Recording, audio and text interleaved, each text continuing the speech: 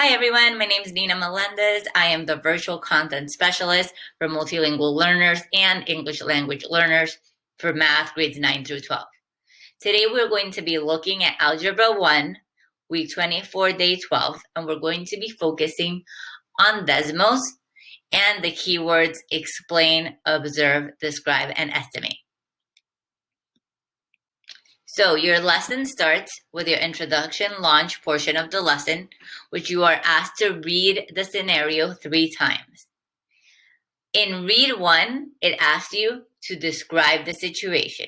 So for the first part of the read, you are just describing, whether it's with words or you can actually draw it out and insert a drawing into the lesson. In the second 2 reads, you are asked first what quantities or relationships you identify, and in the third one, to write an equation. In this part of the Explore, you are asked to compare the values on this table with the values on the table you created for your launch. So you're going to compare and contrast 2 different things. Now, in this portion of the lesson, it says, for the launch, you completed a table. So you have your launch table, and then you have the table in the previous slide. And it's asking you to plot the data you have on the same coordinate plane. So you're going to go ahead and click on these and move them over to be able to plot data from the table. Okay, so you're going to plot the coordinates using these movable pieces. Now, once you've done this, you are going to move on to the second part of your Explore, which is here. And this is what we're going to focus on today.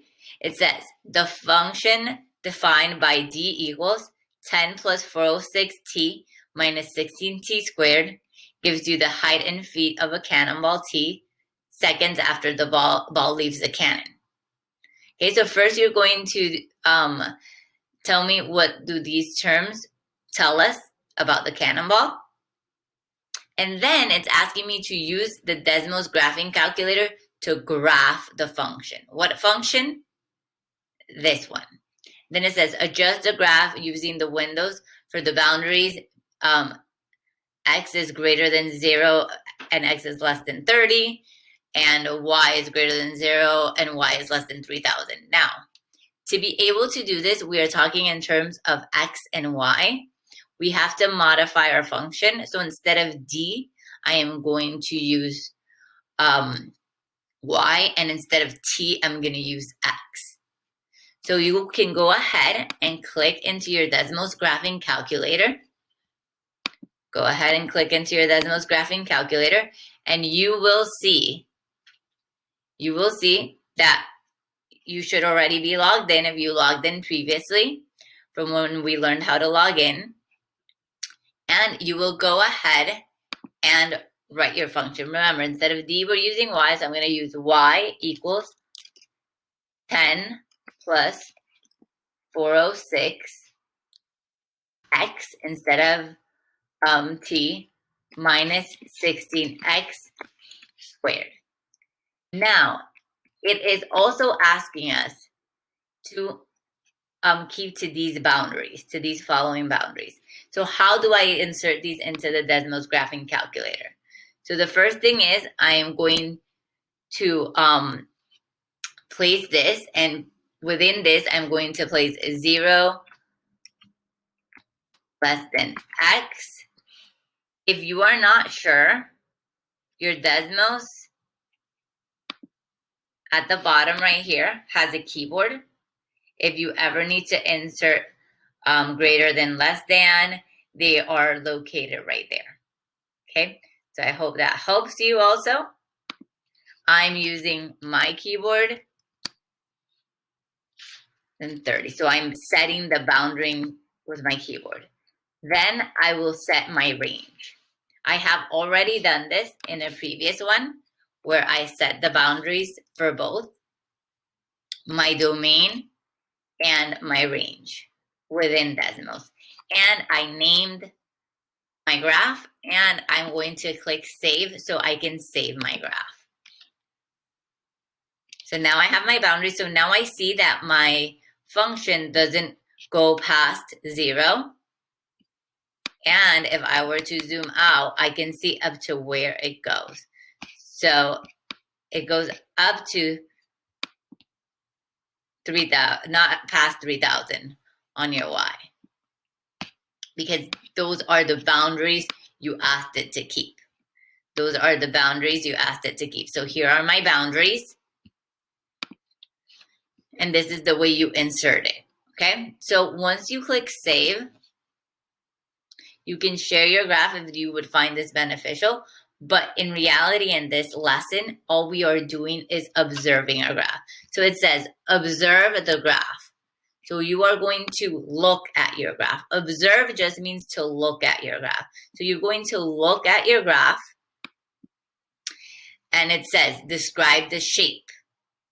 Okay, so Desmos is really good because you can go around and see, okay, let me see what the shape of my graph is. What is it doing? Let me go all the way to the top of my graph. What does it look like? Does it look like a letter? Does it look like something you see in nature? What does this graph look like? Describe it in your own word.